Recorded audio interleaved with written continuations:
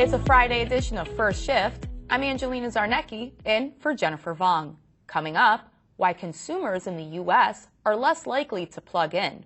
But first, your top stories. Chinese-built Tesla Model 3s are on a list of vehicles recommended to receive subsidies for new energy vehicles in the country. The move will help the U.S. EV maker push into the world's biggest automotive market. Reuters reporting that it was not immediately clear how much of a subsidy the sedan would receive. China aims to have a quarter of all new car sales be battery-only electric or hydrogen fuel cells by 2025. Tesla is building Model 3s at a factory near Shanghai.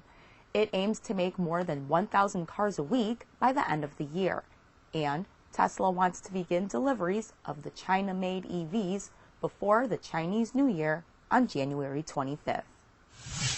Online used vehicle retailer Vroom said it closed a $254 million funding round.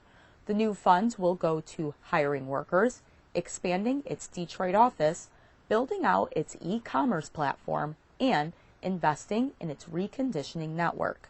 The New York-based company has raised a total of $721 million in 6 years. Vroom has about 5,000 vehicles for sale on its website and buys and sells in all 50 states. Local unions at Fiat Chrysler facilities around the U.S. will start informational meetings and ratification votes on a tentative 4-year contract today. Voting is expected to take a week.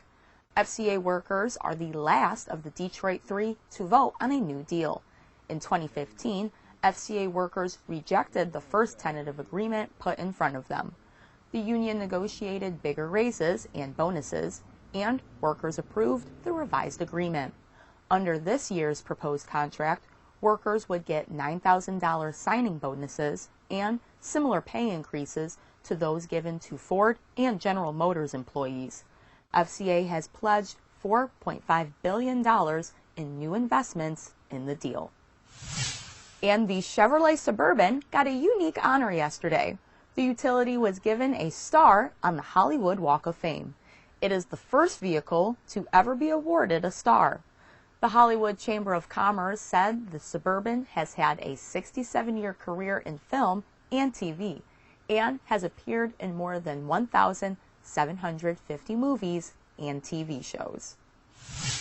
Range anxiety and access to charging stations away from home. Those are two big reasons why U.S. consumers are less likely than those in other major industrialized countries to purchase an electric or hybrid vehicle. That according to a new study released by OC&C Strategy Consultants. The survey counted 10,000 respondents across 5 countries: the U.S., China, France, Germany, and the United Kingdom. It looked at consumer attitudes and preferences on a number of other topics, including autonomous vehicles and car sharing. Some key findings: China is leading the way in consumer appetite for EVs and hybrids, with 94% of respondents saying they would consider buying one. That compares with 53% of consumers in the U.S. In addition, the study finds that only 10% of U.S. consumers said they purchased an EV or hybrid as their most recent vehicle. The research also reveals that government policy is a key driving factor to electric vehicle penetration. And Norway is the front runner. The study says 39% of new cars purchased there between 2017 and 2018 were electrified. That's due in part to sustained government support and generous incentives.